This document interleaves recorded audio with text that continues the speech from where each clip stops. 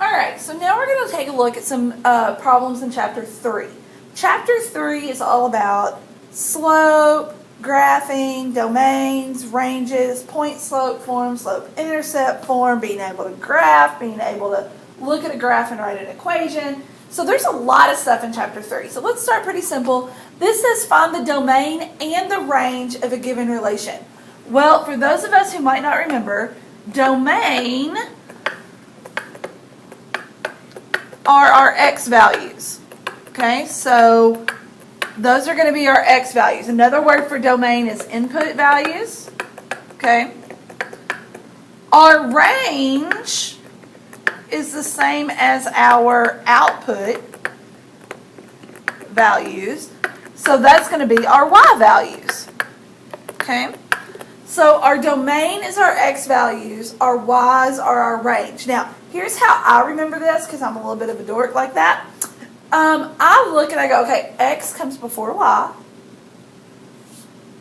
I comes before o, so input, output, and d comes before r, so domain, range. So domain goes with x because x comes before y, and d comes before r, and then range goes with y because they come second. So dorky, I know, but hey, it works for me.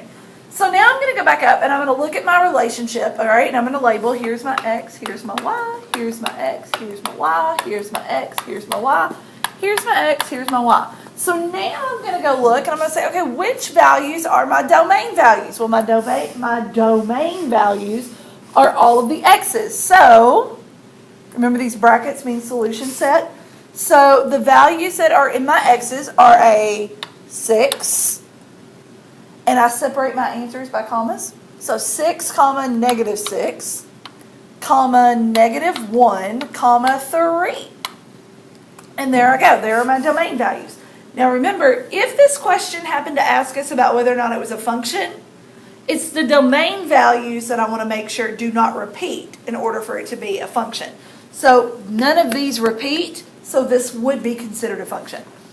All right, my range values, though, my solution set for my range values are my y's. So my y's are negative 7, comma 8, comma 3, comma negative 1. So these would be my domain, these would be my range. Remember, again, if it asks if it's a function, so domains that cannot repeat, we don't care if the ranges repeat or not.